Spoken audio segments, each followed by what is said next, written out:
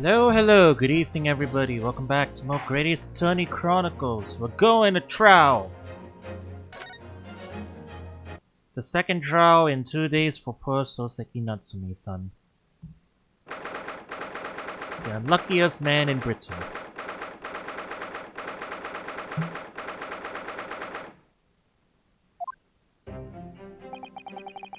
The Old Bailey. This place always makes me feel strange. I seem to get chills down my spine and break out in a nervous sweat all at the same time. Well, I didn't think I'd be back here so soon. That's my line. Good morning! Good morning, Mr. Natsume. It was only 2 days ago that I was declared not guilty here. Yes, we somehow managed to prove he didn't stab Miss Green in the back. But now this! Another morning, another murder, and here I am again in this hellhole. Can't keep coming to court! I'm beginning to think he's right. It really does seem as though he's cursed. Mr. Naruhodo, I'm afraid I have bad news. Oh. Mr. Natsume, good morning. Yes, morning. So, here we are again. Yes, again.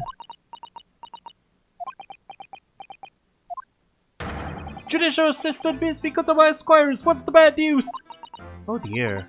You heard, didn't you? If you come in shouting at the top of your voice, people can't help hearing what you say! Oh, I am sorry. You've done nothing wrong, Mr. Sato. Now, what is it? Well, it seems that the prosecution in today's trial will be led by Lord Baroque Van Zeeks.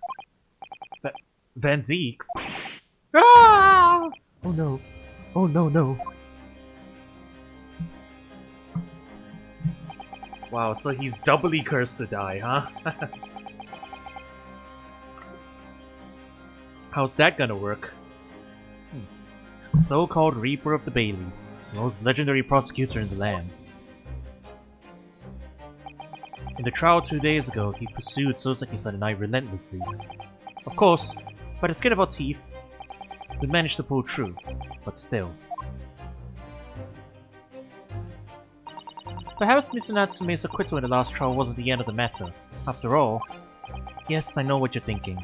The legend of the Reaper that says, nothing can save a person in the dark when Lord Van Zeeks is the prosecutor. Oh no. That even if the person is found not guilty, the accused will meet a mysterious end one way or another. And we've experienced it firsthand. A man we successfully defended met the most terrifying end after his acquittal, right here in the Old Bailey. But we know that's not, it's not Van Zeek's fault that happened. It's, it was an unrelated coincidence. Ah! Do I have to put up with those ice-cold eyes boring into my soul again? Cursed by evil spirits and now by the Reaper. Pair of petrifying perils, potentially! Well, if it's potentially, at least you appear to have hope, Mr. Natsume. Locum student Mr. Naruhodo Esquire. Yes? I'm innocent! You have to believe me! You, more than anyone now. Don't worry. I'll be your steadfast ally every step of the way in this battle. I promise! And this promises to be a hard battle, I fear. When he says all these things in JP, it's for kanji, so like an idiom. Ah, I see. I thought the idea was that he was lapsing into, like he's talking in Japanese for the most part, and those statements are him lapsing into English. I figured that was what was going on. Like he was yelling out random English words. But that also makes sense,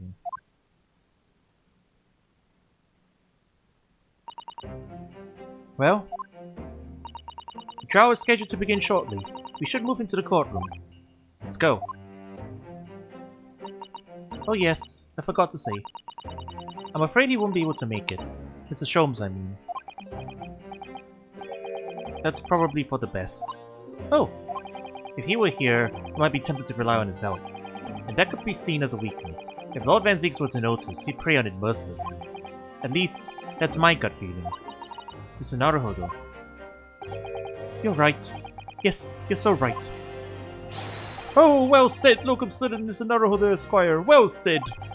I stand this sword at my side and on the spirit of Kazuma that it harbors. I'll show him what a Japanese lawyer can do. I'll set you free. With honor. Oh, yes.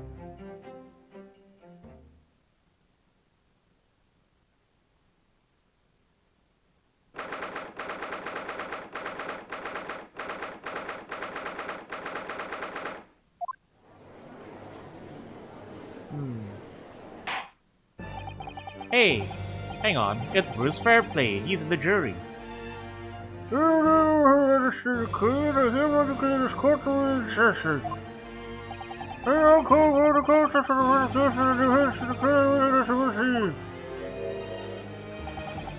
prosecution is ready. The defense is ready, my lord. Readiness for the trial, I learned from Nipponi's friend, is not what the defense needs. What you need is readiness for your inevitable defeat. It's not just in my imagination, it's really there. Lord Van Zeeks has such an animosity towards his Japanese for some reason. It was some time ago now that he first became known as the Reaper of the Bailey, I believe. These past few years, he hasn't appeared in court at all. Yet now he's back in the courtroom, though for some reason, only when I'm defending. This Reaper, with his curious disdain for us Japanese, is a prosecutor shrouded in mystery.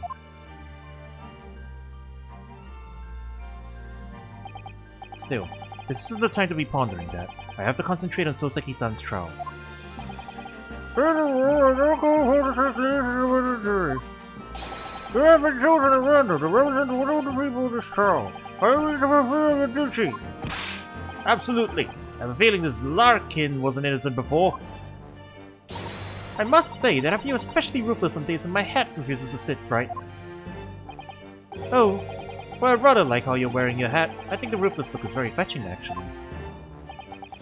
I need to be somewhere at 10 o'clock. I have a very important meeting. Let's make this quick. I couldn't agree more.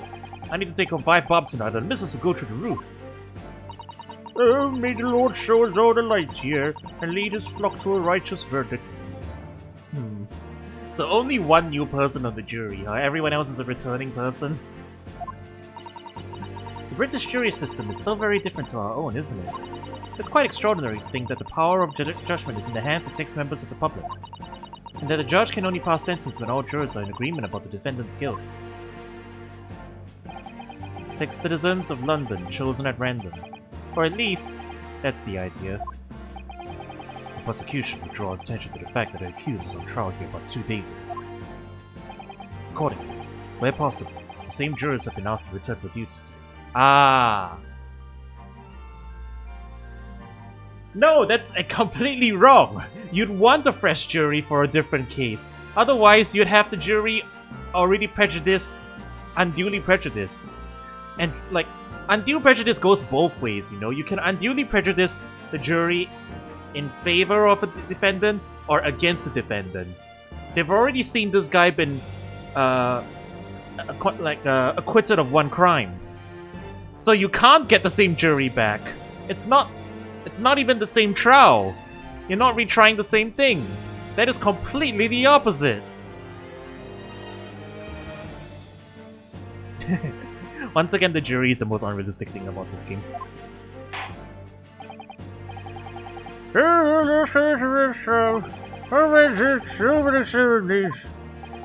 Ladies and gentlemen of the jury, it is not the intent of the prosecution to cast doubt over your past decision.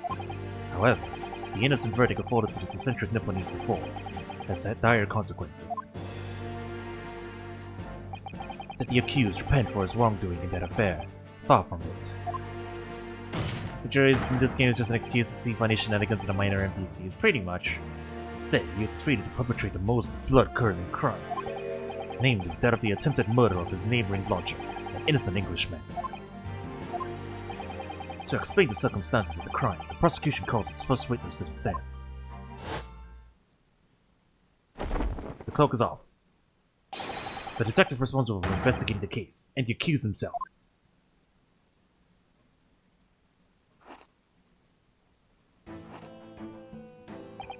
Witnesses, your names and occupations, please.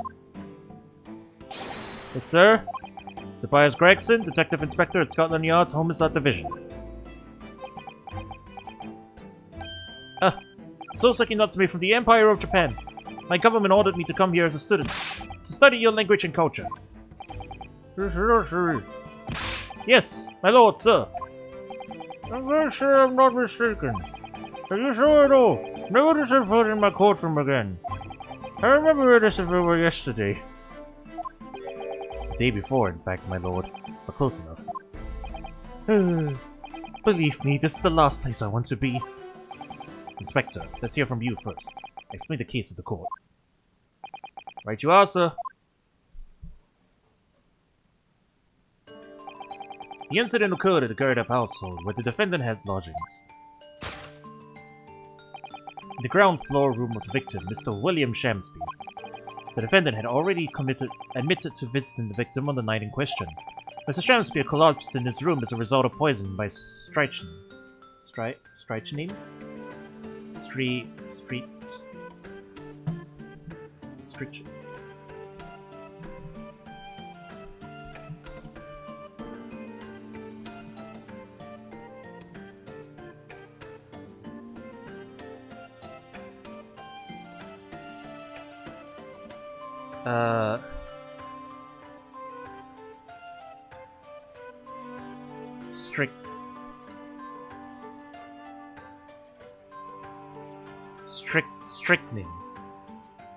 Strychnine. That's how I pronounce it. Strychnine. Alright. It's a pesticide. Ah, I see. Strychnine. Okay.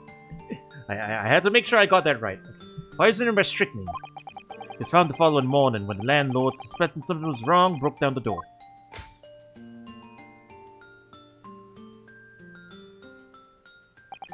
This is to presume that the daughter let us room was locked outside the incident. Correct, my lord. It was locked from the inside, making entry to or exit from the room impossible. Although the victim, Mr. Shamspeare, lives to tell tale, he very nearly didn't. The man was halfway to heaven when we first found him. I was the first officer in the scene, my lord. And I have a photographic print here that I took at the time to show how it looked.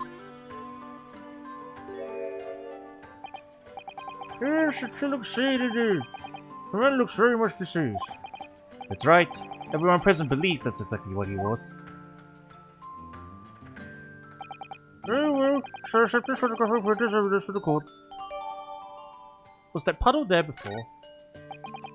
Oh, Mr. Natsume. Yes.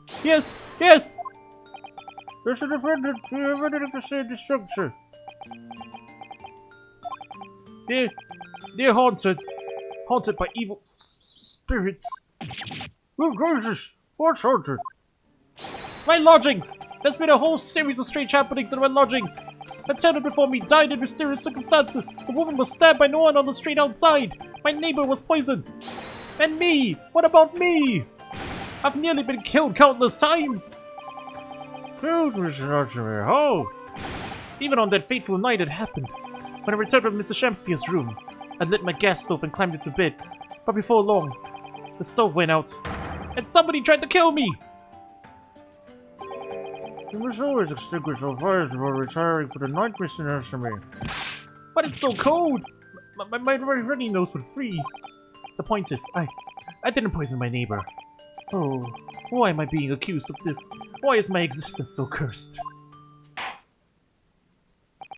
Thank you, witnesses. I believe I have a reasonably clear picture of events. If I could raise one more point, my lord. One more. Conclusive point. Conclusive? Go on. Fortunately, the victim, Mr. Shamspeare, has regained consciousness after his ordeal, and he has named the true culprit. The poison consumed by the victim was administered in a cup of tea that he drank on the night in question. Tea, my lord, that was brought to the victim's room by the accused. The accused? Good grief! Order! Order!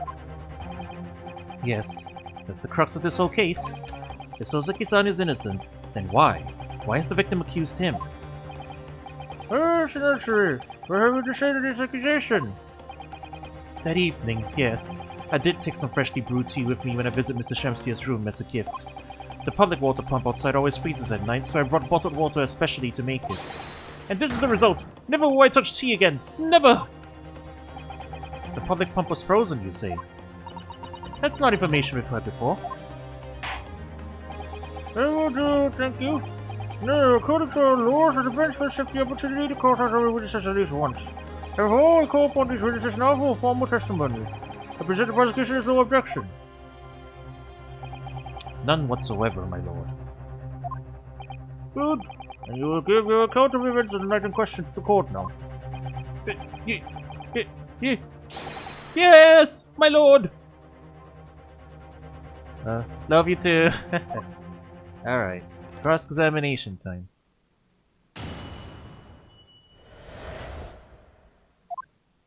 Catastrophic night. Ha! Catastrophic. Waga Haiwa Neko. It was around 9 o'clock that evening when I visited my neighbor, and I took some tea with me as a gift. We had a heated literary debate over a nice hot drink, after which I went back to my room at around 11. My tea was completely harmless. He couldn't have locked the door behind me otherwise, could he? Strychnine takes some time to have an effect on the body. People don't kill over immediately after taking it. The victim would have been perfectly able to lock the door after his guest left. The argument still stands. Yes, I see. Yours is very straightforward. Excuse me, but that testimony does raise one rather crucial point, I think. Mr. Natsume claims his tea to have been harmless. Presumably, though. The teacups have been examined for traces of the poison, haven't they? Why didn't I think of that? Well, as it happens, no. We haven't been able to. Correctly, Inspector. Scotland Yard has failed to examine the suspect's substance. How could you have overlooked something so important? Isn't it the first thing you should have done? But none to think when his friend is falsely incensed. The inspector said Scotland Yard was unable to examine the tea, not that it was overlooked. Unable? Why? Simple enough. There was none left. Not a drop.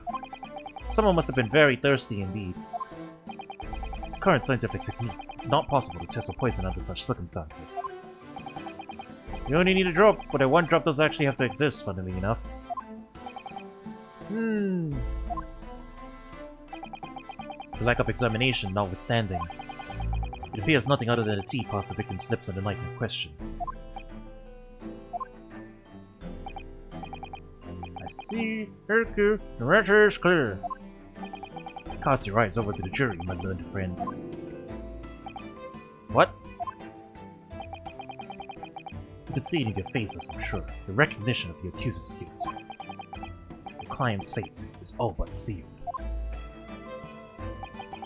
In mere moments from now, you will lose, and your compatriot will be damned for all eternity. He's right. I can feel all 6 of the jurors looking daggers at me. But I can't let them beat me down. I won't. Judge of the defense, proceed with your cross-examination. Yes, my lord.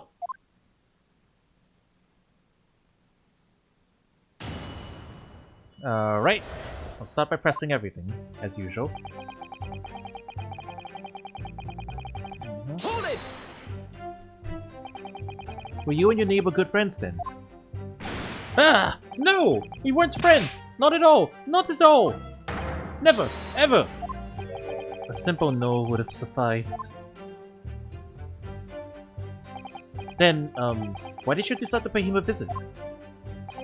Mr. Shamspeare fancies himself as having great literary knowledge. As a fellow scholar of English literature, we find much to talk about together. Come now, no Nipponese could understand the finer points of English literature.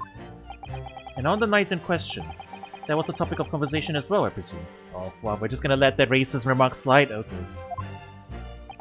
Pick your battles, I guess. It was the day of my last trial when I was acquitted. I had just arrived back in my lodgings, when I ran into Mr. Shamspeare outside on the street. That was at around 6 o'clock. We exchanged one or two pleasantries, but it soon turned into a heated discussion. He was on his way out at the time, though. so I promised to visit his room that evening at 9 to continue our debate. But did I have ill intentions? No! Not one! Not two! Not any! Not at all! Never! Ever! A simple no would have sufficed, I feel. And tell the court what did happen when you visited the victim's room. Heated literary debate over a nice hot drink. A literary debate? About Shakespeare's works, I think you said, didn't you? Sure. Really were the tropical conversation, I must say. Oh yes, my lord. Romeo and Juliet, who was stronger? It was a profoundly pleasurable parley. Romeo and Juliet. Who was stronger? I know I'm going to regret asking this, but how did the debate go? Well, we both agreed that we would reach a conclusion more quickly with a reenactment, so we battled it out. In a Greek or Roman style, naturally. What? Mr. Shakespeare had all sorts of costumes in his room, was just such a contest. So, when you say a reenactment, you mean you were actually in costume?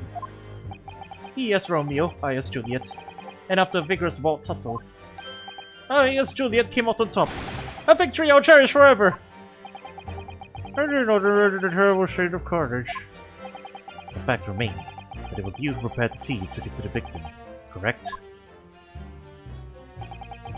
I brought the water in my room and made a pot to take with me. I'd heard that he was too poor to have tea himself, you see. It's true, there was no sign of any tea leaves in the man's room. I wanted to do something nice, to be friendly. So why is everyone looking at me with such suspicion? My tea was harmless! Of course it was!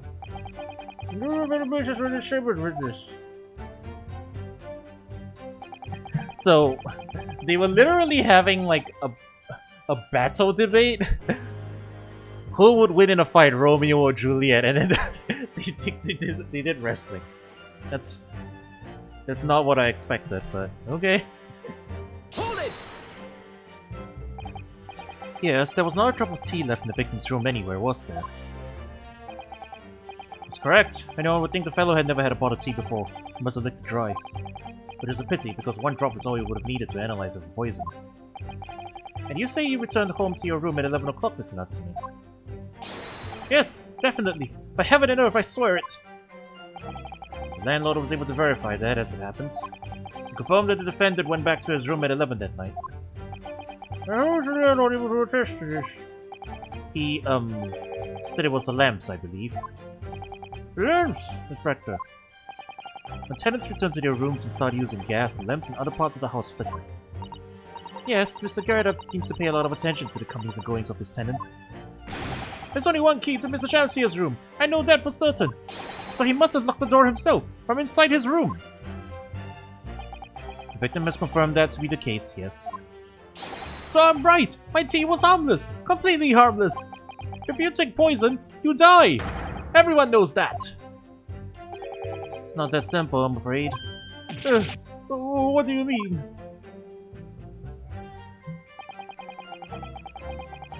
Strychnine takes some time to happen.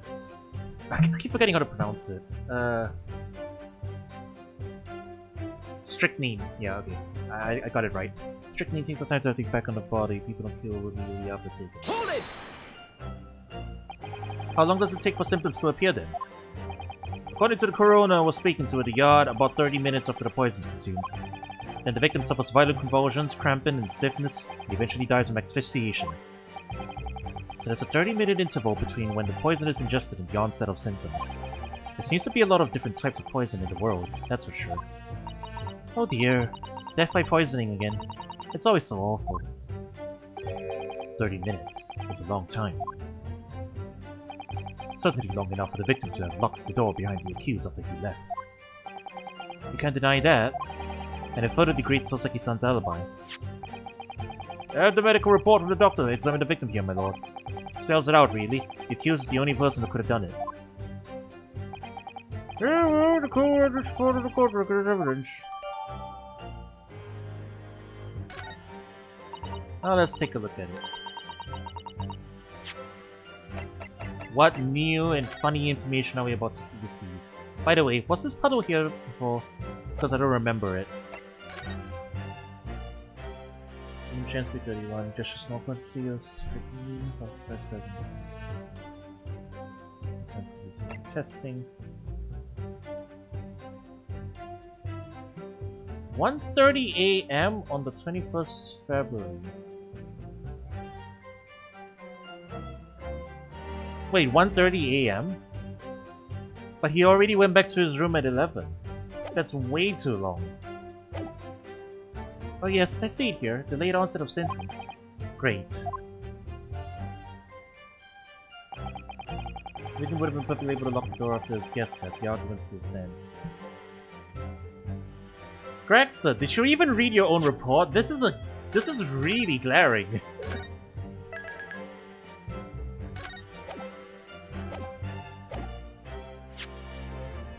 Gregson, did you even read your own report? Objection! The argument still stands, you say? I think not, Inspector. Come again? I think you'll find that you've overlooked a very significant chronological inconsistency here. A chrono what? What are you on about? According to this report, the victim must have consumed the poison at around 1:30 in the morning, and yet, the defendant, Mr. Natsume, left the victim's room at 11. Huh! Yes, that's right. There's more than 2 hours of missing time there.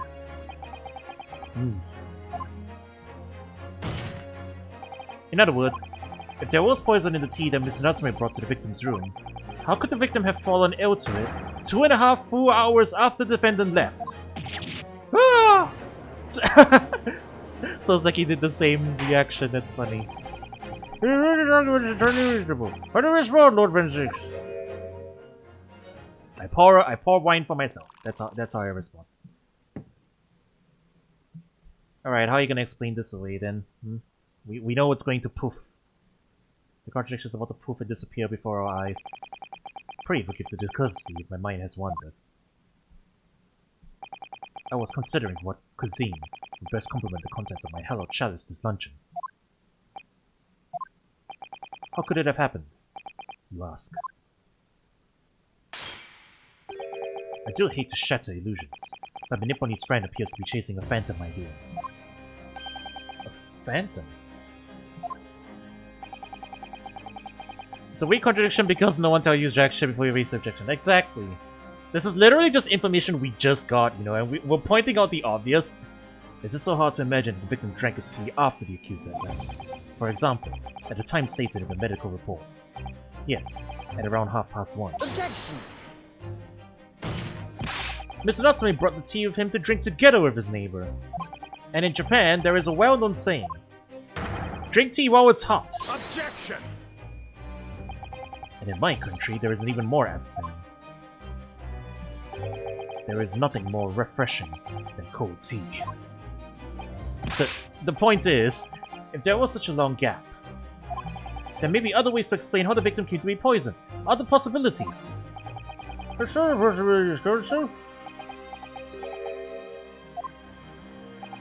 Well, for example, the man could have had another visitor. Another visitor? That's a very bold assertion, my learned friend. From someone who has nothing to substantiate it. Or the victim could have taken the poison of his own volition. Objection! Mr. Shanspeare has categorically denied suicide. The idea can and must be discounted. Objection! Our objections have weakened so much we've lost the ability to table stand. But he could be lying.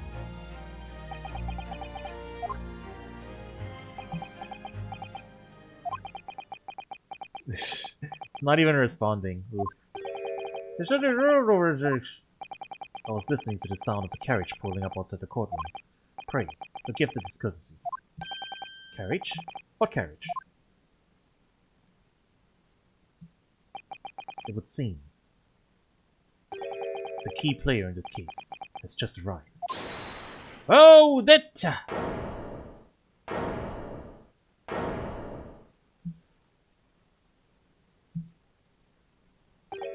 Out! Out! Brief candle. Life's but a walking shadow. A poor player that struts and frets his hour upon the stage, and it is heard no more. 'Tis a tale told by an idiot, full of sound and fury, signifying nothing.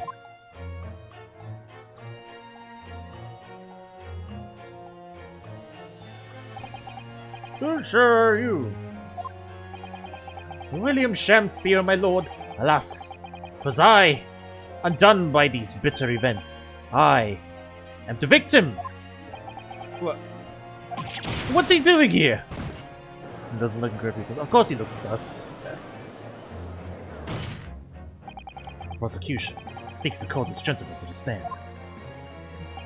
With his testimony, I learned friend's futile resistance would be utterly crushed. You're calling him as a witness. I grant your request of interest. I'm curious to discover what the court shall hear of the victim himself.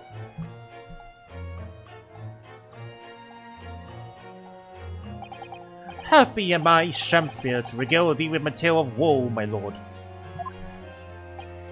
But I still have my own tale to tell, my own tale of worse woe. I can regale the court with the tale of my perfect innocence in perfect English. Here it is, Archery, and the court will hear the victim.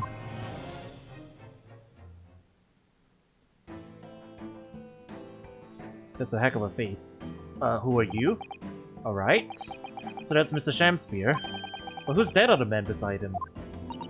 Yes, I feel you should have caught a glimpse of that man before. State your names and occupations for the court, please, witnesses. A writer of words so sweetly to sent before the please. An inventor of ideas so profoundly composed the earth. The unrivaled poet, the unmatched scribe, William Shakespeare. Were the great bard to be recalled to life anew. Lo, what a magnificent man. Good fellows, I am he who ponders such a miracle. William Shakespeare. Name is Meterman. Adrian B. Meterman.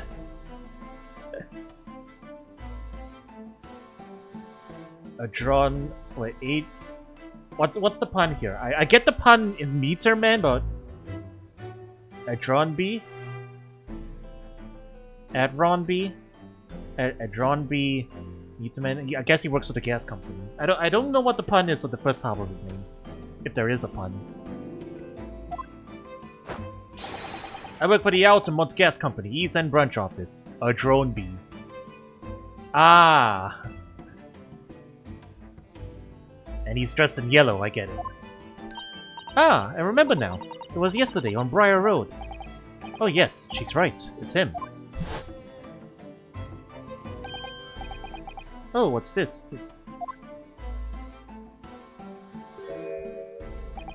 What's that man doing over there? It looks like he's trying to see into Saki-san's lodgings. I guess he was checking the gas pipes then? Wonder why he's on them. I guess that probably means the gas is relevant. What's wrong with now, brother? Excuse me, could we have a word? Ah! But why did he run off, is the question. He jojo posed and ran off. Which is sus. Yes, we spotted him outside Mr. Gerdap's house that morning. And he's a gas company employee. What does he have to do with this case? Sir, Shakespeare, you're the victim in this miserable affair, correct? Oh heaven, oh hell.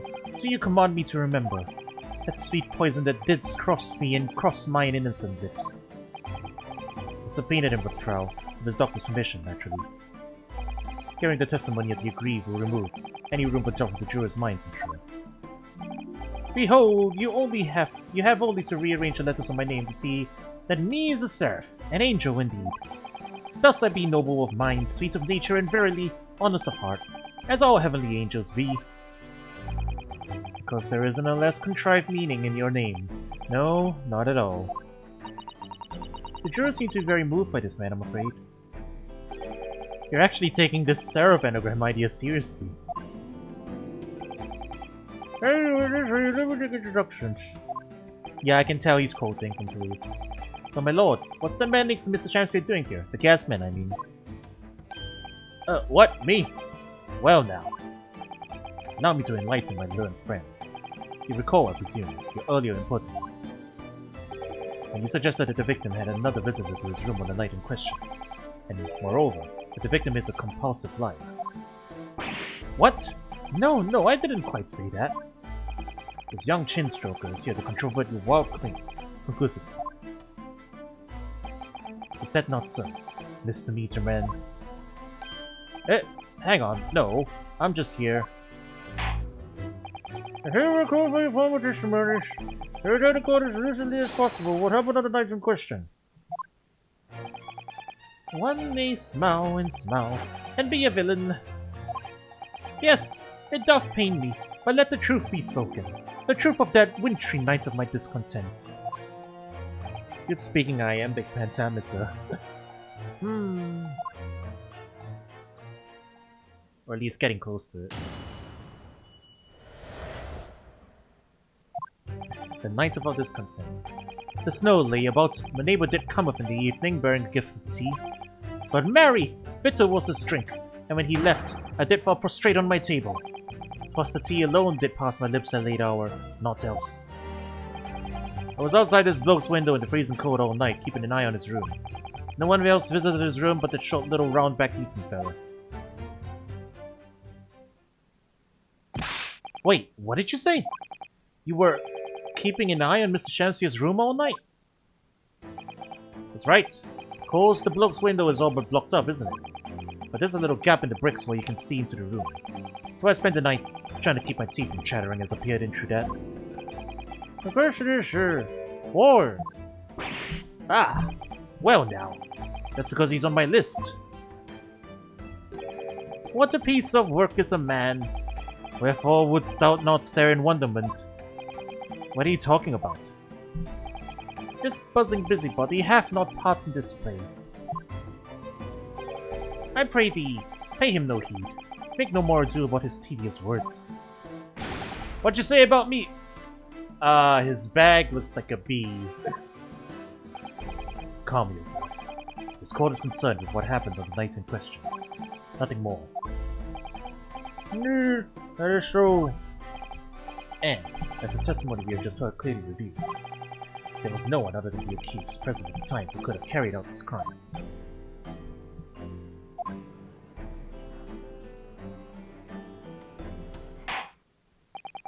I believe this will be the final testimony in the trial. Ah, good, so. The verdict will proceed to cross-examination. Yes, my lord.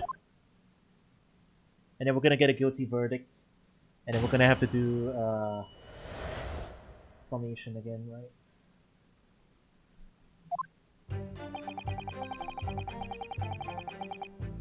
Hold it! To be clear, by neighbor, you are referring to the defendant, Mr. Natsume. Oh, indeed, sire. Perchance thou wouldst that I call him the man from upstairs. And at what time did the mustachioed Nipponese visit you in your room? Our meeting was promised for the hour of 9. And lo, did he come to tender a gift of fragrant tea. Details which I... That's it. We were broiled in such a literary debate as history hath not seen before. True, for the fancy-looking lady will be important. Of course she will. We're gonna have someone who's related to something in the case because we can never get away with somehow someone in the jury saving our asses indirectly, right?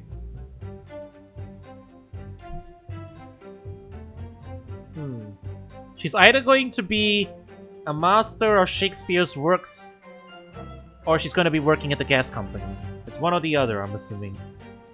Which I presume he means. The discussion about who was stronger, Romeo or Juliet. Shakespeare did play the part of young Romeo, whilst my neighbors played fair Juliet. Each of us dressed it without characters be, bring weight upon our merry experiment. Frailty, thy name is woman. Canst thou imagine how dismayed I was? Yes, I have heard of the Eastern art of Jujitsu, but... ne'er did I dream 'twould be a skill practiced by the comely maiden. Juliet beat Romeo up. This is not helping our case. I believe the court has heard enough about your earth-shattering literary debate. Perhaps you could reiterate your statement about the tea that accused brought to your room. My liege, I am thy servant. Gladly I would do thy bidding.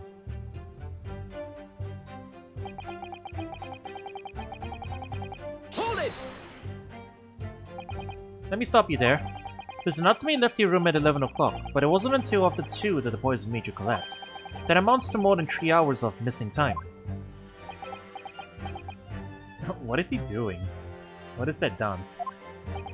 If the defendant had really put the poison into your tea, that 3-hour window of time is something you're going to have to explain. Gladly. 'Tis an easy task. What? I did drink of the tea, not while my guest did tarry, but after he took leave of me. Faith, 'twas stone cold, but at 1 hour post midnight, verily were my lips parched. Objection! That doesn't sound normal. Nay, 'tis quite ordinary, sire. After all, thou wouldst recall our fiery debate. Amidst such argument, there'd be no time for fiery tea. Romeo and Juliet again. And who was stronger? Is it Shemsby? In summary, allow me to confirm. Did you not come here with the intention of naming your attack? But of course, my liege. So as the stooped lover of words did attempt to shuffle me off this mortal coil. We all know what that means.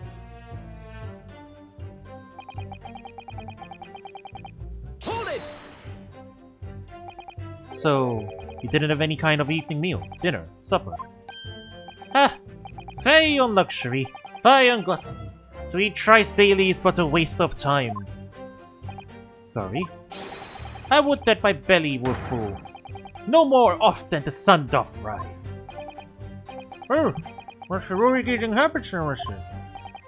Night and day do I fill my hours of learned study of the great bard and playwright.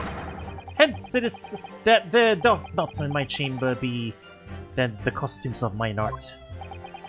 That would appear to be the case, as even a rodent was found starved to death in your room. Now I think of it, it's not just food that was conspicuously missing from that room, is it? I don't recall seeing a single play or script anywhere. For I have devoured them all. You've eaten them? Every word be within my skull. Didst thou imagine otherwise? Right. That wasn't misleading at all. Now, could you turn around, you think? Which brings us to the conclusion that the only way the poison could have passed the victim's lips is in the tea.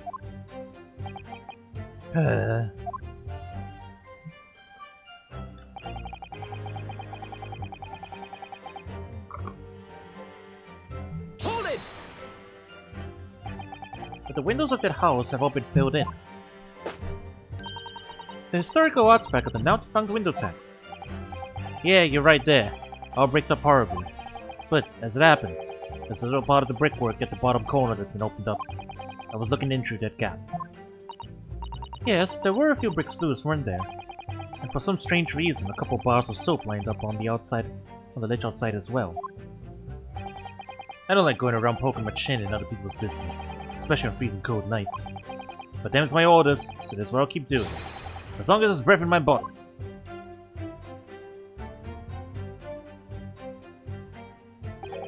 What's involved with theatricals today?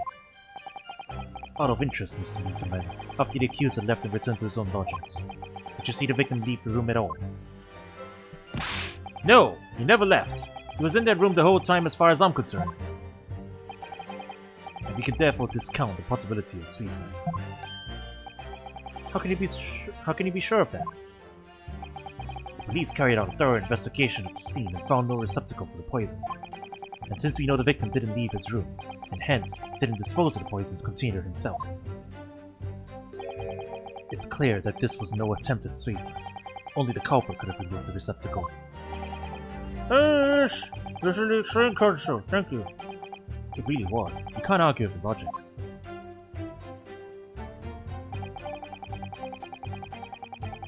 Hold it! You say a short little round-backed decent fella. So you can't be sure it was the defendant then? Objection! How many other short little round-back Nipponese with a mustache do you think there are in London? Well, of course, it's only a narrow gap and it was quite dark, so I didn't notice the mustache. But he showed up at around 9, so I'm pretty sure of myself. And when the person you saw arrived, did he and Mr. Shamsier drink tea together? Nah, sorry. I couldn't say. Why not? Of course, I couldn't see into the room all that well, could I? But what I did see was the silhouette of that little round-back fella wearing a pretty dress. Then the pair of them started some kind of wrestling match. I tell you, I didn't know what to make of it. I suppose that was the Romeo and Juliet championship battle getting underway. Just to meet him. Allow me to confirm one final time. Apart from the accused, can you state with certainty that no one else visited the victim on the night in question? No question. Gasman's honor. Oh, that... Wait, who's saying this?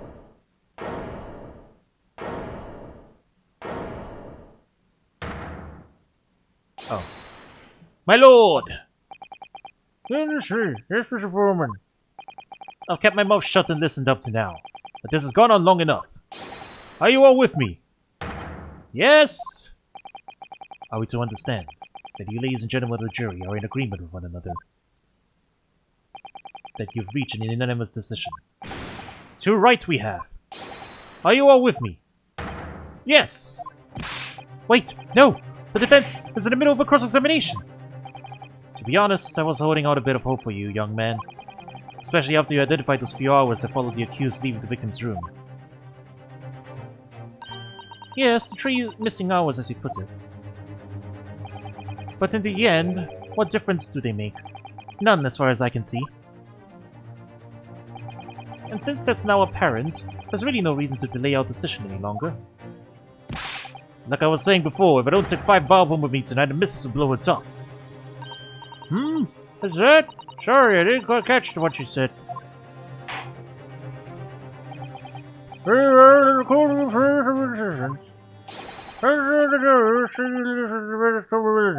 Guilty! Guilty. Guilty. Guilty. Guilty. Guilty. Man, this is just a formality at this point, right? It happens in every trial. We're never not going to have a point where the jury declares everyone guilty. And then we have to do the summation. All of you? Oh, unanimous.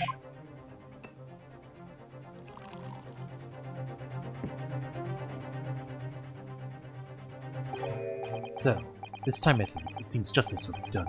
All's well that ends well, as they say. This calls for a toast, I feel. To the guilty being punished. Ah!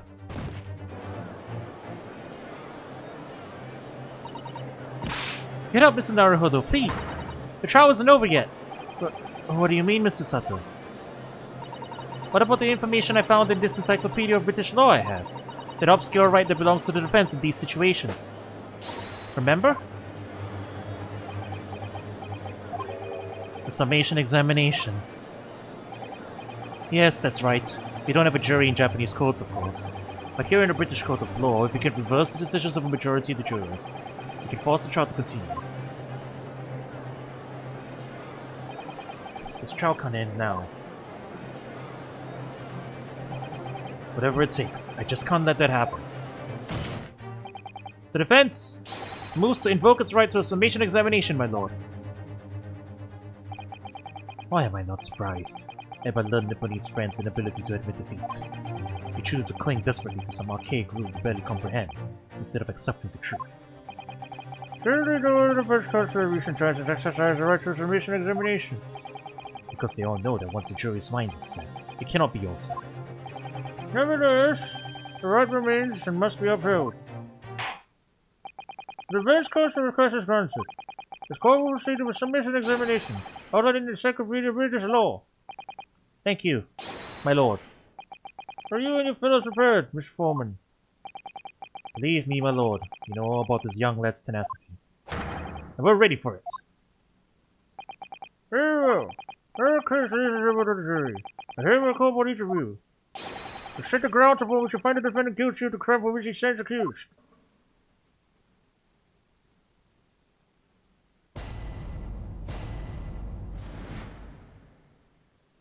Juror's contentions.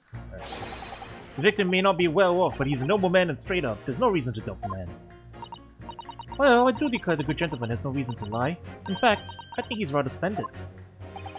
Just look at the accused for comparison. He's Japanese, stoops all the while, and has a mustache. Very fishy. Oh, okay, overt racism in the courtroom. There's no evidence to suggest the gangling actor is a fraudman. For now, at least. I really don't care. Like, I just need this trial to end quickly. Looks doesn't sell what nobleman. He's dressed like a king. I mean.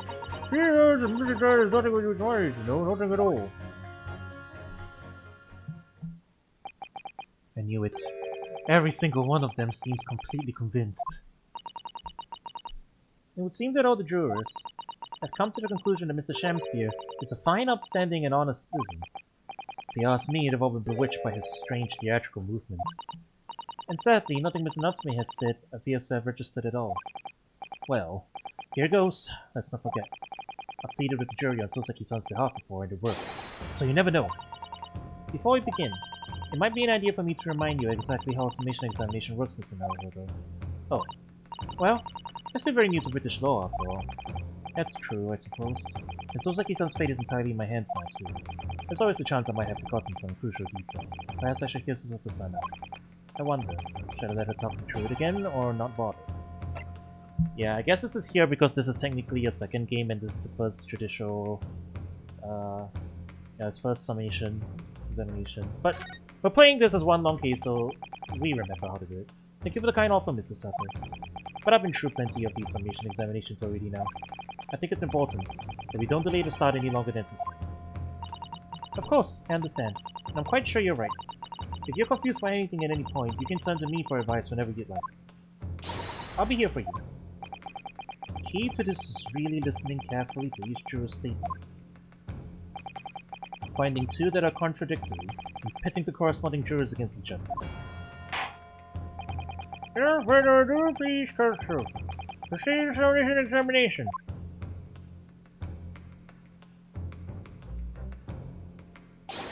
Yes, my lord.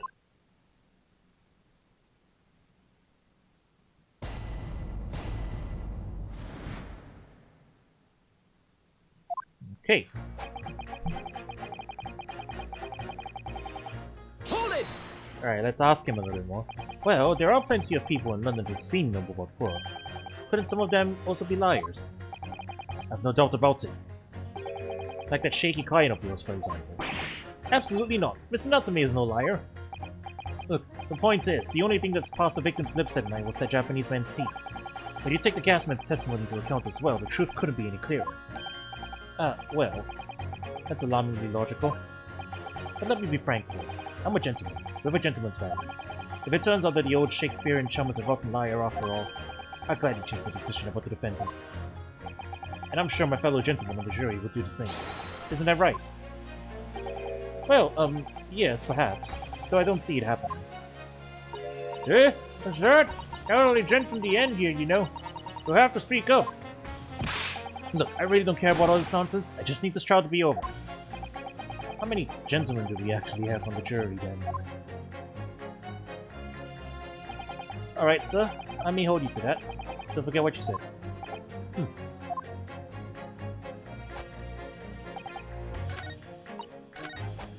Alright, if you can show me that the victim's a liar, I'll reconsider my decision. Okay, that's a very idea. Hold it! Are you saying you believe the man to be trustworthy because he's rather splendid? No, that's not what I said. The point is, the man is the victim here. What reason would he have to lie? And yes, he is rather splendid. So you say, yet again. Meanwhile, the man who stands accused behaves so suspiciously, it's exhausting to look at him. I'm afraid he's not splendid at all. Splendid logic there, madame. Thank you so much.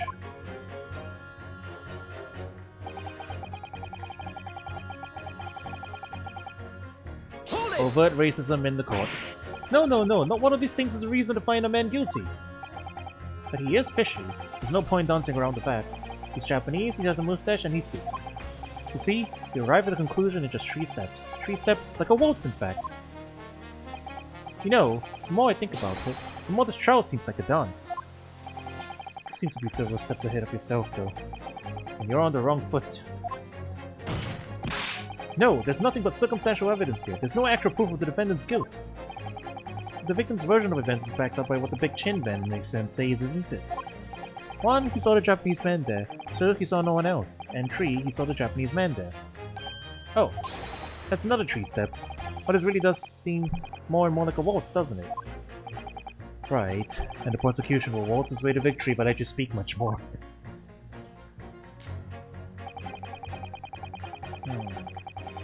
Hold it! A fraudsman? What do you mean by that, madame?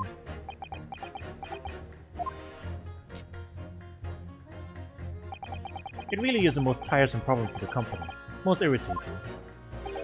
We can be absolutely certain that the customer is stealing from us, but without hard evidence, we can't even threaten to take action for fear of being sued. I'm sorry, you've lost me a little there. Who are you? I'm the wife of Augustus Altamont, owner of the Altamont Gas Company. Ah. So one of my guesses was right. Good gracious, that's what gas is. Gas is the future of energy in this country and around the globe, but proper handling is essential. As I'm sure an employee from the East End branch office would be the first to agree. Absolutely, Lady Quinby. How to be used properly? Altamont gas is the best in the world, of course.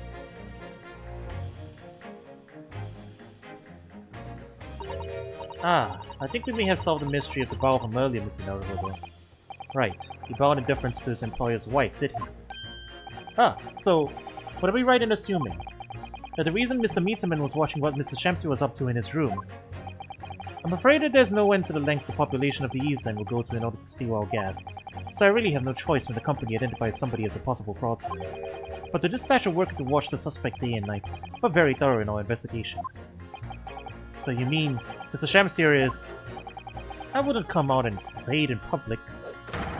But you can finish a sentence with a grubby little gas thief. You have noticed the public gallery in here, have you? The eye of man hath not heard, the ear of man hath not seen.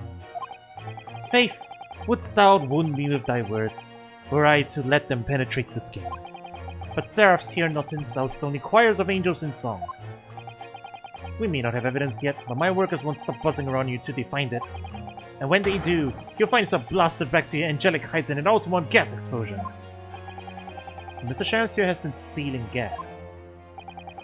I wonder, juror number 4, if you wouldn't mind adding that information to your statement. My pleasure. Was it a bit about ripping that thief apart you enjoyed? A little before the part about abject violence if it's not too much trouble. Yes, of course. This could be it. This could shift the balance. The victim puts on a fine performance, but in reality is a common thief of my company's gas. Saved by the jury! Hold it! Oops, hang on. That's a bold claim. How can you be so sure? It's really very simple. Noble lady of gas, I pray thee, hold thy tongue. I beg your pardon? Hath that rank-odoured air that doth our darkness illuminate any place in this assembly? Nay, 'tis of so import here that someone would extinguish the light of mine own life. Verily, I ne'er recall stealing thy gas, but pray, let the matter rest to anon. Why, you little... Begging your pardon, my lady, but might I suggest you don't say any more at this stage? We need hard evidence first. If I keep secretly watching this bloke, I'll get him in the end.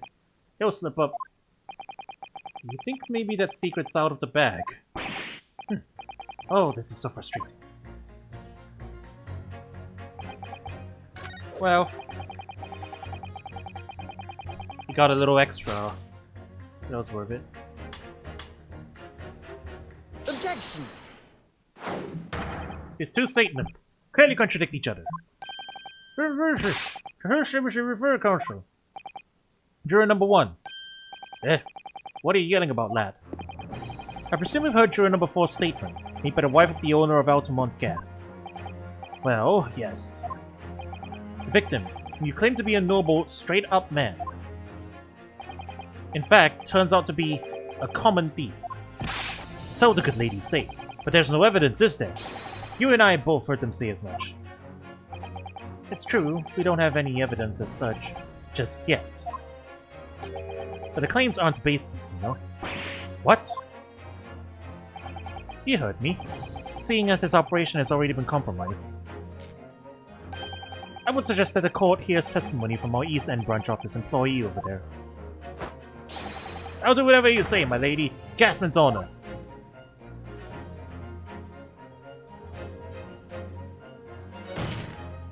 Juror number 1, you say you're a man of your word. If I could show that Mr. Shamsi was a liar, you assured me that you would reconsider your decision about the defendant's guilt. Yes, I did say that. And as a man of my honor, I'll hold on to it. As I'm sure the other gentlemen of the jury will. Me? Oh, well, yes. Now that we found out the man's a liar, perhaps we ought to consider the matter further. Well, if I'm perfectly honest, I haven't heard half of what you've all been saying. So just me to recap a few points that would suit me down to the ground. Oh no, I'm not having any part of this. I want this trial over and done with. In that case, I shall change my leaning. So, Mr. William Shamspeare, if that is your real name, we of the jury demand to know exactly what kind of a man you really are. Well, that was easy. One statement and we've already swapped it back to 4 white. I guess cause we want to get straight into the testimony, huh? That's 4 jurors. 4 for not guilty. Yes, Mr. Naruhodo. Victory!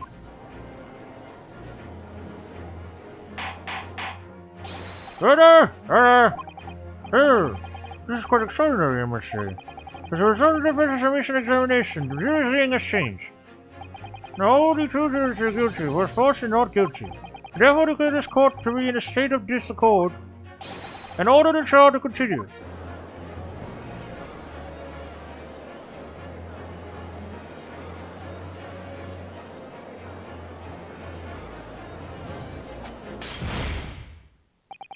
You have spoilt the bouquet, Mr. Shamspeare.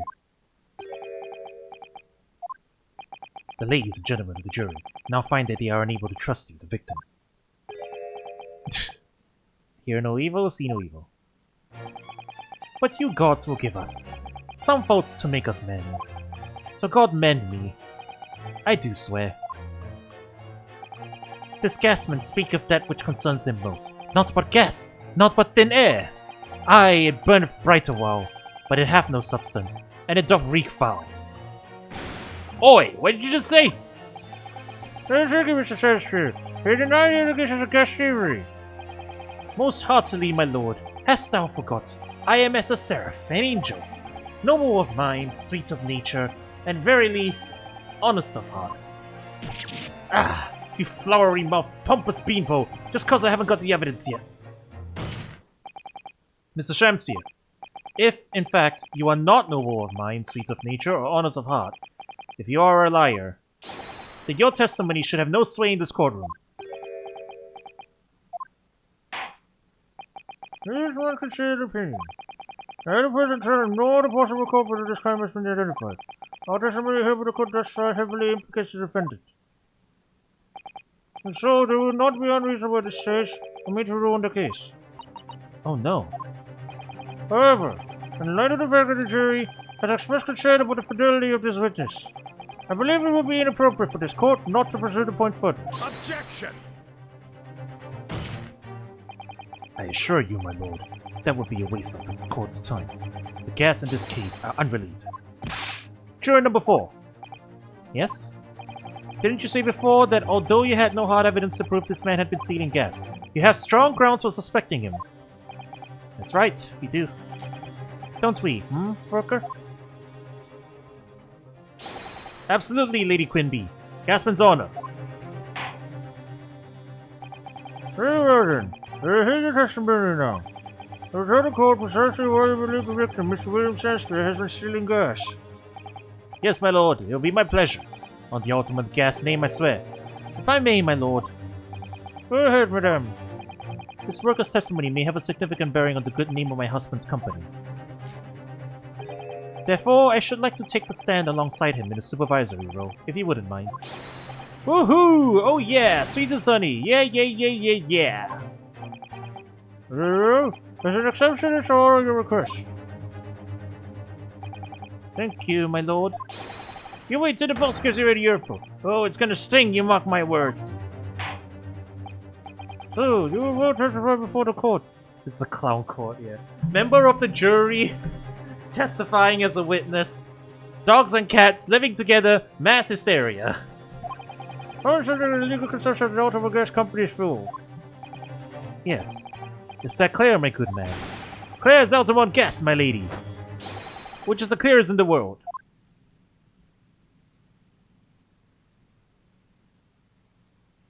This neckerchief looks like bee's wings as well, I'm just noticing. Do you think the gas has gone to his head, Miss Usato? I think the man is just a very dedicated employee, Mr. Naruhodo.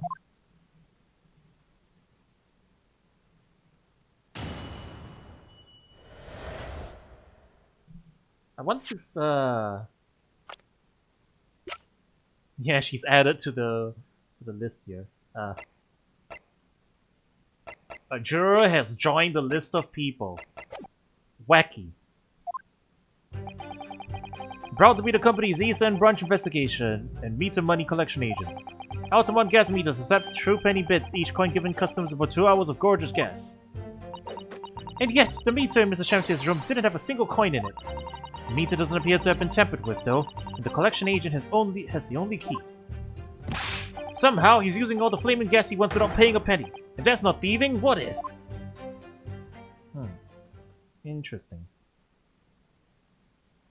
And he drank. Pray forgive discourtesy. The irrelevance of this testimony caused me to turn to my hallowed chalice. What do you mean by the remark, Lord Vanzix? Did the mustachioed Nipponese poison the gangling excuse for an actor, or didn't he? That is all that should be concerned this court. And yet, now we must listen to this abhorrence.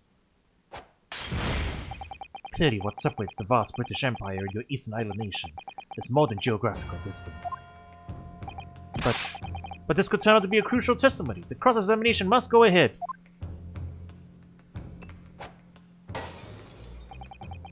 Do what you will. Lord Vanzix appears to be in a violent mood. Yes, he does. An attempted poisoning, and an incident of gas theft with no supporting evidence.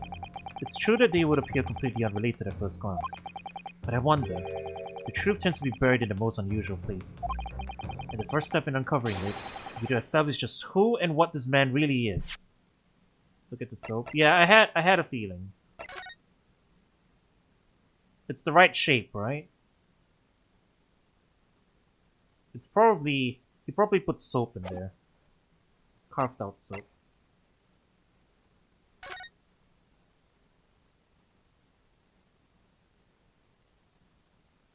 Wait, hang on. Wasn't there a writ thing there? I don't know.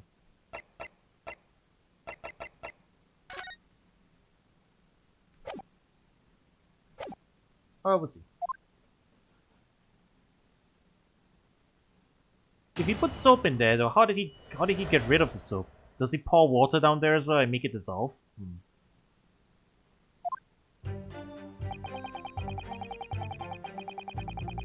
Hold it!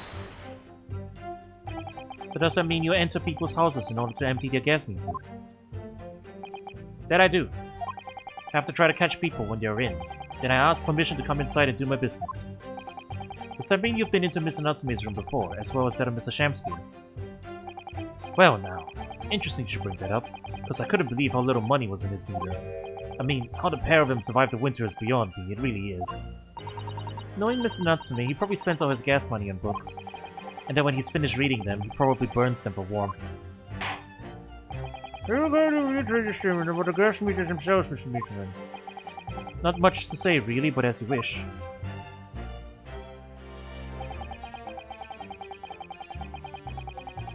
Hold it! So all London houses that have a gas supply are fitted with these gas meters, are they? They're the latest model, the height of technology, developed by our company, Altamont Gas. And anyone who uses our gas will have one of these meters in their property, yes. So if a 3 pence coin gives 2 hours of gas, most people will use about 3 coins in a night. A bit more than that usually, if they have both gas lights and a gas stove, that is. Thinking about it, Soseki-san doesn't have a fireplace in that room of his, does he? Some people still choose to use candles, of course, and only have gas for heating. Ah yes, I do remember seeing candles in Mr. Natsume's room, actually. And how does the money in the meter get back to you at the gas company? Every 3 days, gasmen like me visit properties in the gas supply and empty the meters of coins. I must say, the design and manufacture of the new meter costs the company an awful lot of money. But happily, it did put a stop to people not paying their dues, for the most part. Ah, because they have to pay in advance. Yes, exactly right.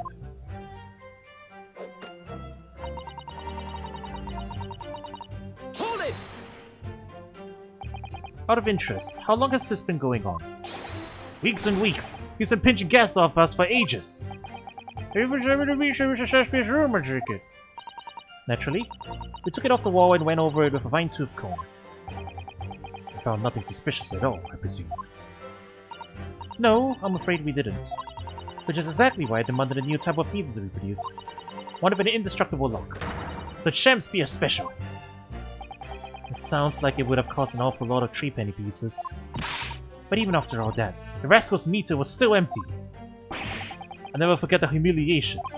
When I opened up the money box, I found it bare. You what? I said. You what? And the look on his face, that smarmy smile of his. I pulled the meter straight off the wall and took it back to the office. But you know what? Nothing. Not a trace of it being jimmied open anywhere. Not a single sign. And what's happened to my salary as a result? Down by 3 shillings a day, that's what? A life-threatening situation, in a number of ways. Incidentally, what became of that meter? Nothing became of it. I've still got it. Oh. Right here. No wonder they call you Meter Man. I think the quarters. The question is that the water tower is ongoing.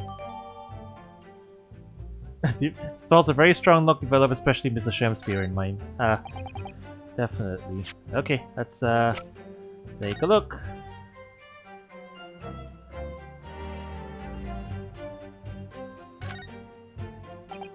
That's a very sturdy looking padlock, isn't it? And the money box is sealed with beeswax too. So if Mr. Sholmes were to get up to any mischief, he'd be found out immediately. Mr. Naruhodo, mischief of that kind is not the sort of thing that Mr. Sholmes would... You know you didn't finish that sentence, don't you? Well, anyway, it's understandable that the gas company would want to safeguard the money that's rightfully theirs. But it does feel a little over the top perhaps, doesn't it?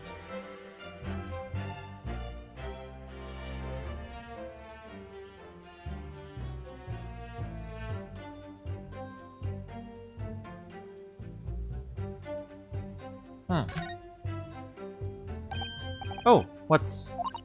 Have you spotted something, Mr. Naruhodo? Just here. This little hole. You see? Goodness, you're right. I wouldn't have noticed. It's not a very neat hole, is it? Not professionally made, I'd say. So, you think it might have been opened up by Mr. Shakespeare?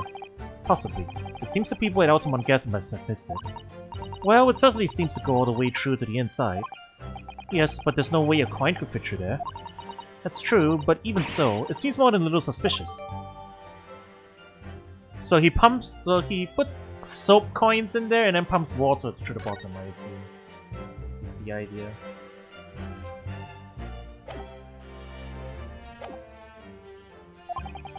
Although at first glance, there doesn't appear to be anything unusual about it. Let's move this along, shall we? Continue with your testimony. Though I would say it has as much value as the contents of that meter. Oof. The meter does appear to have been tampered with though, and the collection agent is the only key. Hold it! It's more outrageous than soap coins? Oh boy. There's only one key for all your meters! Well, in truth, there's another key in the company vault at our main office. But even if someone had somehow managed to get hold of a key, we know if the coin box had been opened. Oh? How? I came up with a rather clever way to expose any little shenanigans as it happens. Would you care to explain? Well now, in order to empty a meter, you have to unlock the padlock and remove the cover. When I close the cover again, I stick a little beeswax seal on it, you see? The seal. Like the sort of thing you put on an envelope, you mean? Something like that, yes. Basically, you can't remove the cover again without breaking the seal. Now, in the case of Mr. Shamspier's meter, there were no coins inside at all, as I said. But the seal hadn't been broken either. So that would mean Mr. Shamspier somehow managed to steal coins from inside the meter without opening it. It would seem so, but that would be impossible. Somehow he's using all the flaming gas he wants without paying a penny. That's not even what it Hold is. it! How do you know that he's been using gas, though? Well now, since I started investigating this bloke, I've been to his room more than a few times, and on every single occasion his lamps have been blazing and his stove pounding. It's the middle of winter, and he still turns to me, sweat dripping down his cheeks, and says, "Get thee to a nunnery!" Hamlet, ah! I could wring the bloke's neck. I get all hot under the collar, but still. Every time I open up the flaming meter, it's empty. He's robbing me of my salary, too. What's wrong with the world? Where's the justice? But how can Mr. Shamsier possibly be stealing the money? I don't understand. Simple explanation. It's right before your eyes. What? A toast to you eventually realizing that the gasman could be an accomplice. You what? Good lord, I'm very possible indeed. Well, what do you have to say for yourself? Oh please, Lady Quinby, I'm a faithful worker. And besides, if the money us gasmen collect doesn't tally of how much gas has been used, you dock are paid by the same amount! So you'd be stealing money only to have the same amount taken from your wages. Clearly that makes no sense. Perhaps it's a case of losing the battle to win the war. No, I'm not gonna stir up that hornet's nest. If I went stealing with the company, I'd be finished! It would seem there is no evidence to support the claims of thievery made against the victim, because Mr. William Shamspeare is innocent. Pray forgive me if that shatters some illusion my learned Dimpley's friend is clearly under. Ugh. I certainly didn't expect to uncover another crime that looks like it's been taking place in the very same room. According to the testimony, it's only the meter in Mr. Shamsier's room that's under suspicion. It does seem as though perhaps it has nothing to do with the incident involving Miss Natsume. I know, it does seem that way. The fact is, since I've been practicing law in England, I feel like I've encountered this at least once already. Cases that are interlinked. Oh. It might seem that the two cases have nothing to do with one another at first, but in fact, they're intimately connected. Yes, we have experienced that before, haven't we? I wonder if this is another instance. Perhaps, but we can't be sure of that yet. The Altamont Gas Company has been investigating Mrs. Shamspeare so earnestly. There must be something to it. But then how has he been managing to steal their gas? Let me look at one other piece of evidence.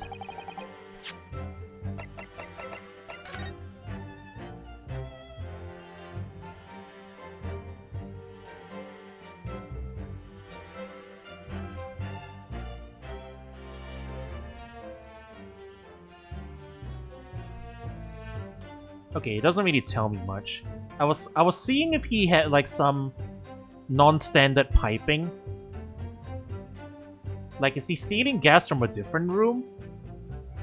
Is he like siphoning it from a different room, I wonder?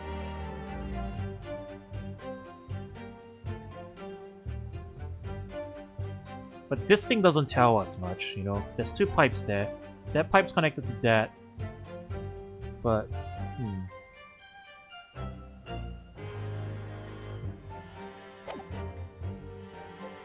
So if the gas meter's a red herring, then he's siphoning gas from somewhere else, but we don't have the evidence for that. The other way is that the gas meter isn't a red herring and he did tamper with it. Well, anyway, we can present on this one because we found a hole.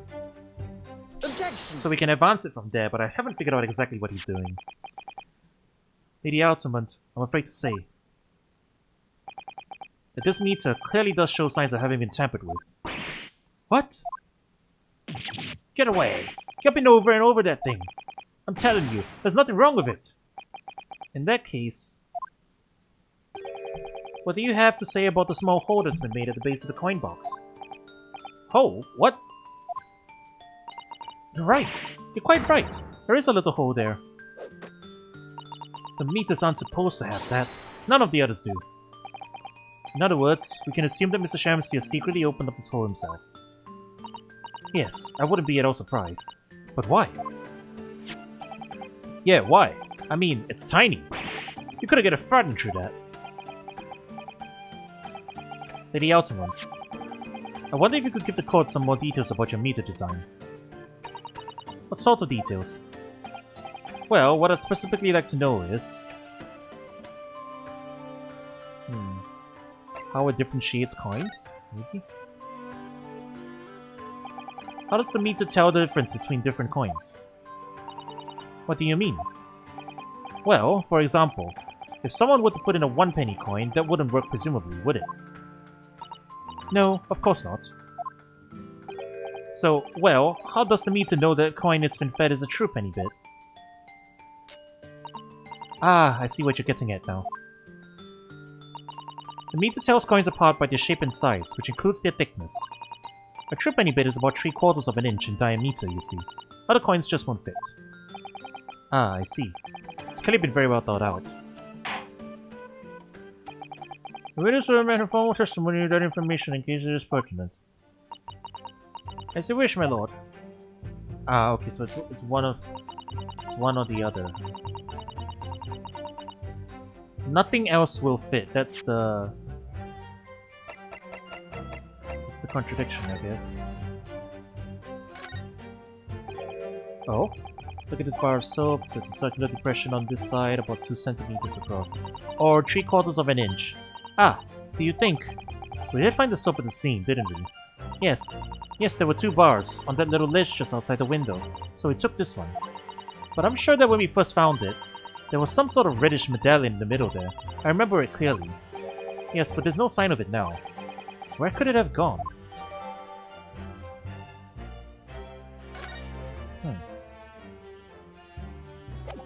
Ice? Maybe it's not... Maybe it's ice. Maybe he put ice in there. But why is the ice red? That's the question. Right? But I'm guessing it's ice. Okay. Objection! Let me just confirm something here. If the diameter and thickness were to be correct, the meter would accept any object as if it were a true penny bit. Is that correct? Yes, that is correct. Well, by something of a coincidence, while we were investigating in Mr. Shamsphere's room, we found a particular item that matches the dimensions perfectly. You really knew why the ice was red? Did he use his blood? But why? Why would he use his blood? There's no reason to do that. Yeah, I got no clue. Something the same size as the true penny bit. What was it? The item in question is this. What? Have you been inhaling gas? That's a bar of soap. It certainly looks nothing like a true penny bit, I must say. It looks like I'm going to have to point out exactly what I mean here. What's important about the soap is this part here. Some of the liquid that's red that was present is from that night. Was the tea red? Well, I guess it has to be the tea, right? But this isn't the first time he's been stealing gas from there, then. So he normally uses water, I guess, right? He could just grab melted snow off the street or something.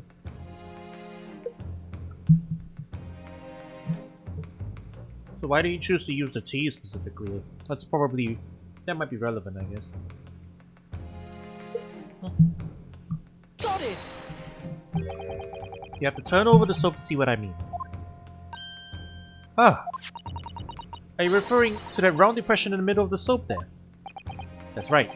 A depression that's approximately 3/4 of an inch in diameter. Or in other words, almost exactly the same size as a true penny bit. Get away! Is anyone here having to possess a true penny bit? Quickly now, hand over your coins, ladies and gentlemen. sounds rather like a highway robbery, doesn't it?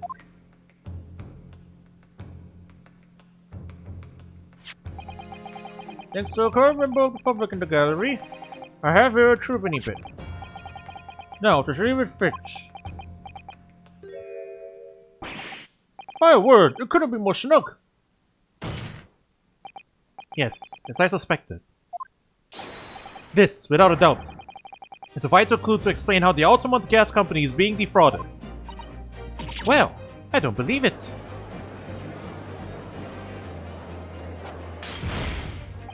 So, your assertion amounts to what? That some inferior bar of soap has a tentative connection to the theft of gas. Yes. The depression in the soap was clearly made by a true penny bit.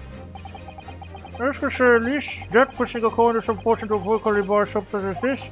It's a remarkably simple way of replicating the coin's shape. And then you could use, well, some melted wax or something to pour into the mold. You could make fake coins in no time.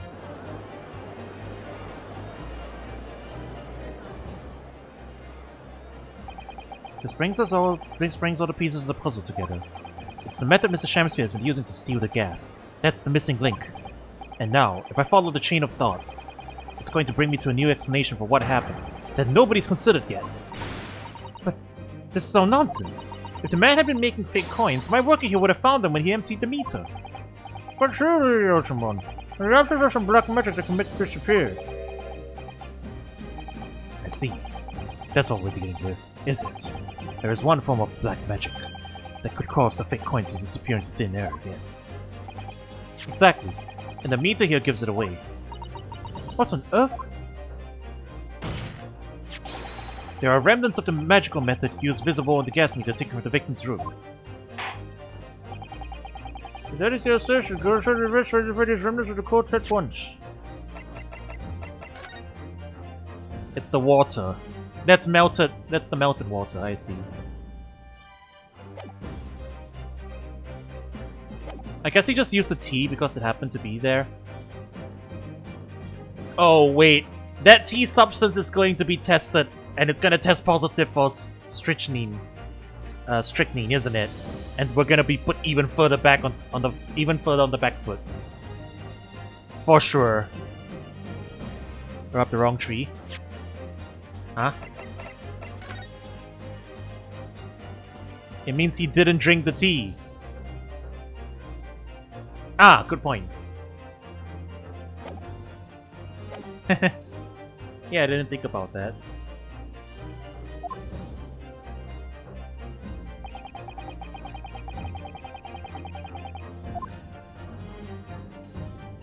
But the tea is still gonna have strychnine in it, isn't it? And like we're gonna be charged with attempt to murder. I can just see that backfiring on us. Because it's Ace Attorney, it's always gonna backfire on us. We found this bar of soap at the scene of the crime, just outside the victim's window. Outside? Yes, outside, where you yourself, Mr. Meterman, were loitering, in the freezing winter air. That's where we found this soap. Ah, I get it. That's right. The answer, of course, is ice. Did you say ice? Mr. Shamsphere has been leaving soaps like this outside his window each evening, filled with water. After a night outside in the bitter cold, the water is completely frozen solid the next morning. Then he takes his fake coins of ice and feeds them into the gas meter, giving him light and warmth in spades. As his room becomes very comfortably warm, the ice now inside the meter coin box melts, turning back into water and draining harmlessly away through the small hole made in the underside of the meter. That is how, without leaving any evidence of his wrongdoing, this man has been stealing Altamont gas.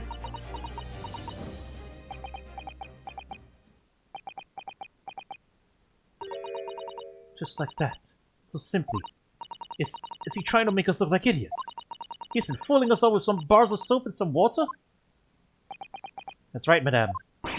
I don't believe it. It can't be true. Do you have any idea how much money we spent to develop that new meter?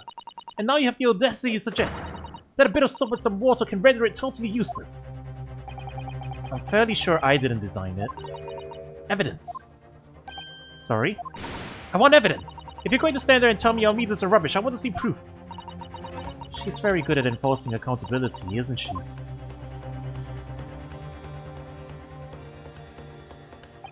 Very well, Lady Altamont. If you like evidence, I'll provide it. What? Mr. Naruhodo, are you saying you do actually have evidence to support this theory? I did notice a trace of something that bothered me a little at the time. And I have a feeling that this theory we've come up with now could explain it. The piece of evidence that substantiates the theory about how Mr. Shamsky has been stealing gas is... Take that! I'm gonna have to go back to the VOD and see if the puddle existed in the actual scene. This is a photograph of the scene at the point where the victim was discovered, taken by Inspector Gregson. And it clearly shows the remnants of the crime carried out by Mr. Shamspeare. What remnants?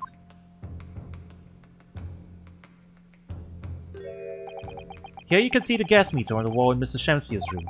Now, look closely at the floorboards directly underneath the meter. What is that? Some kind of grubby stain. Almost certainly, it's a water stain resulting from the liquid that drained out of the hole made in the meter. Ah! If one coin gives around 2 hours of gas usage, and the occupant was heating his room in all his waking hours, you can imagine he would have used around 10 of his fake coins each day. The melting ice inside the meter's coin box would have been dripping out almost constantly, leaving a stain on the floor. This is awful. And there's further evidence too. Mr. Shamspeare is slumped over his table, apparently having consumed strychnine. And right there next to him is a bar of soap, broken in half. You're right. It would appear to me then, Kokoro, that the man was eating the soap, was he? Pardon me for disagreeing with your lordship, but... certainly not. He didn't beat about the bush there, did he?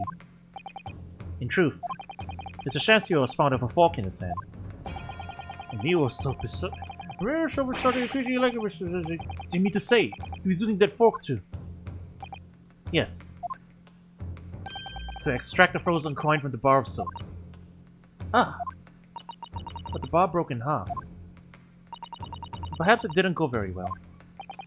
Good gracious!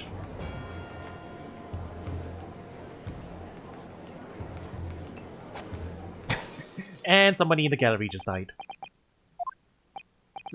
Lord Van Zeeks! I was throwing my hand up in despair, and happened to catch my hallowed bottle on the way. Pray, forgive my maladroit mistake. What is the meaning of this culture? Allow me to pose my learned friend a question. What exactly did you establish with your most recent cross-examination? Well, that Mr. William Shamspeare is a liar and a thief. In other words, that his testimony is unreliable. That's it. That's exactly it. Very well. Let us assume the man is a liar. Now allow me to pose another question. What possible difference does that make? Well, we know that Suisse came to discount. Scotland Yard's investigation revealed no sign of another vessel that contained poison. And on the night in question, there were no visitors to the room except the accused. The young gasman's testimony, which we have no reason to doubt, has confirmed that. Furthermore, the only possible way the poison could have entered the victim's body is via the tea. The court has seen no evidence whatsoever that suggests otherwise.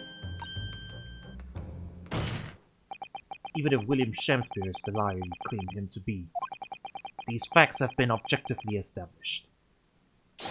There's no escaping it. Ah! Therefore, in light of these facts, the prosecution calls for immediate adjudication. You... What?!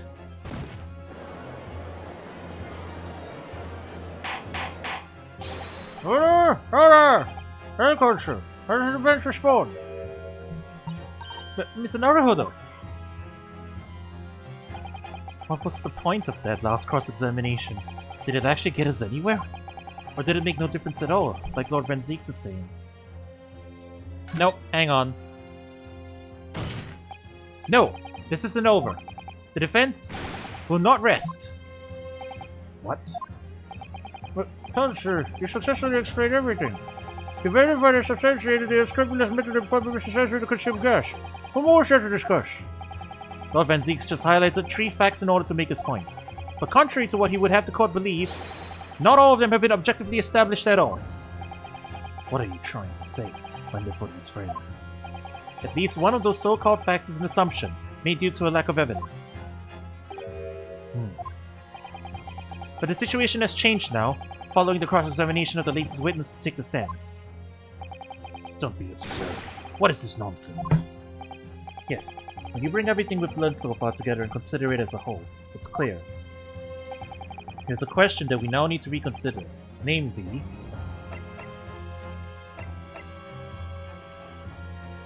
was someone else responsible? What if it was somebody else entirely who poisoned the victim? If that's your assertion, by all means, tell us who it was. Ah, yes, well... I wish this was serious third-party counsel. I think it's a little too soon to be naming names, my lord.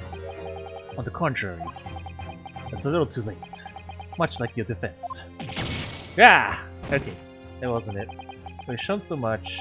The situation has changed, I'm sure of it. Let's try to make more ice coins to the night in question.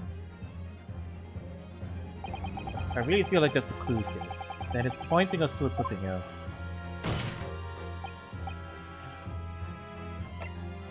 Was the poison in the tea?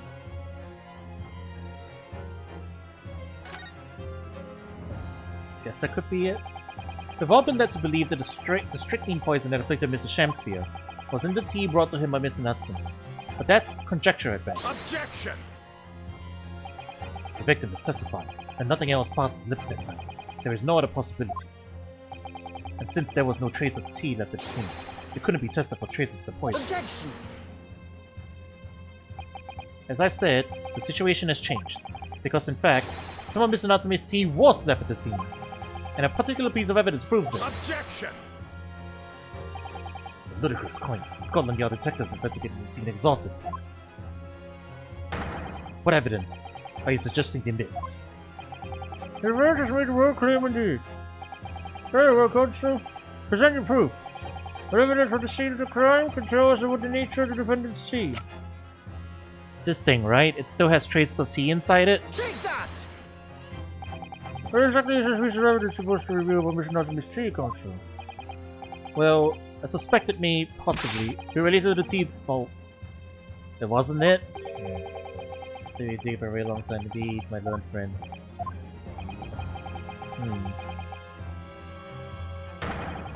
Okay, if it's not the box, then it's the picture, I guess.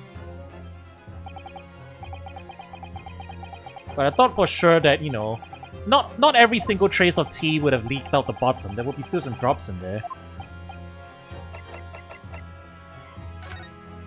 Or do they want to talk? Or do they want to talk about the soap?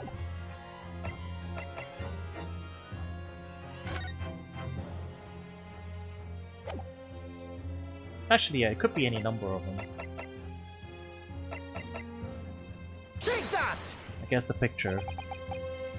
No, it's not the picture. I would have used the picture to point to the puddle. Okay, fine, it's not that either. What are they looking for? The soap? Are they saying the soap has traces of it? Take that! Okay, they're talking about the soap. Good gracious, the soap again. The same part of victim used to fashion this coins of ice. Yes, that's right, my lord. It's just come back to me. Something about when we first found this bar of soap at the scene yesterday. It's more bars of soap. So, what are bars of soap doing lined up on a ledge outside the window?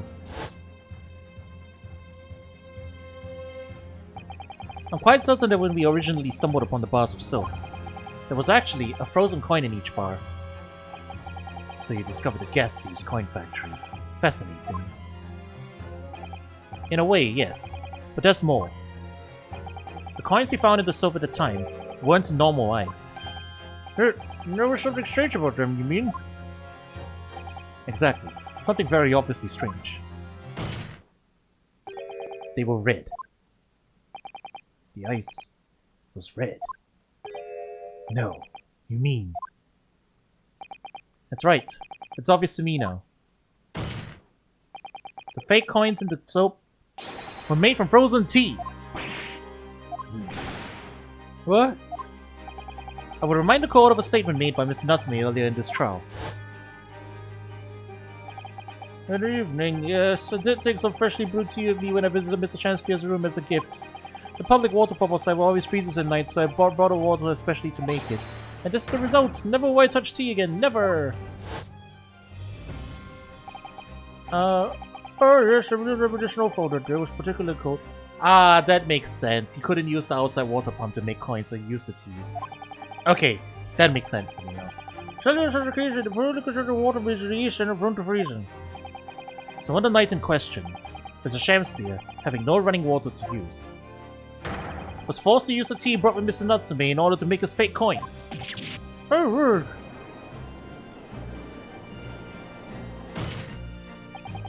There were 2 bars of soap on the window ledge when my judicial assistant and I investigated the scene. That's right, and we have only borrowed one of them. Which means that even as we speak, some of the defendant's tea is still present at the scene of the crime, frozen solid in a bar of soap, outside Mr. Shamspeare's window. Extraordinary! Earlier today, Inspector Gregson informed the court that if even one drop of the tea remained, Scotland Yard will be able to analyze it for poison. As such, we are now in a position to prove or disprove what has until now been mere conjecture. By finding out for sure whether or not Mr. Natsume's tea actually contains strychnine at all. You smug Nipponese. My lord, we cannot do the defendant the injustice of passing judgment now. The police should be dispatched to recover the remaining bars from the scene at once, and the defense requests a thorough analysis of the frozen tea embedded in it to determine whether or not it contains any poison.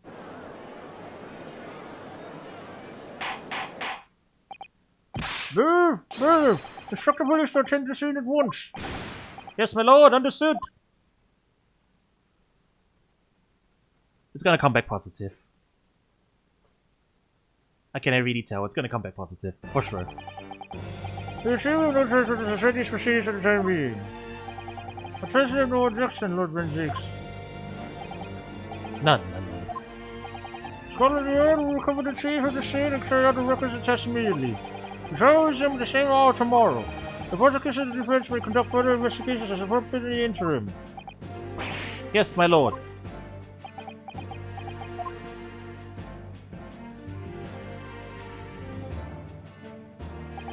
Well,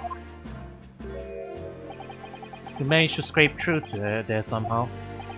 Bring your court, sirs. Court is adjourned until tomorrow. Huh. This is the... It's funny that this is the first time in Great Ace Attorney that we've had a 2-day trial, right? All the trials in the first game were 1-day investigation and a 1-day trial. We're returning to a little more classic style, huh? 1-day investigation trial. Okay. That'll be interesting. Well, it was fun. We will find out soon enough, I guess, if the tea is in fact poisoned or not. But my money is, yes, it is poisoned. See, that was also criticism of the first game. Yeah. I was fine with it, honestly. I didn't mind all the investigation and all the trials being held done in single sections. But yeah, that means we can go back to the scene and look for more stuff now again. That'll be good. All right, chat. We'll be back another time to conduct the investigation. So look forward to that.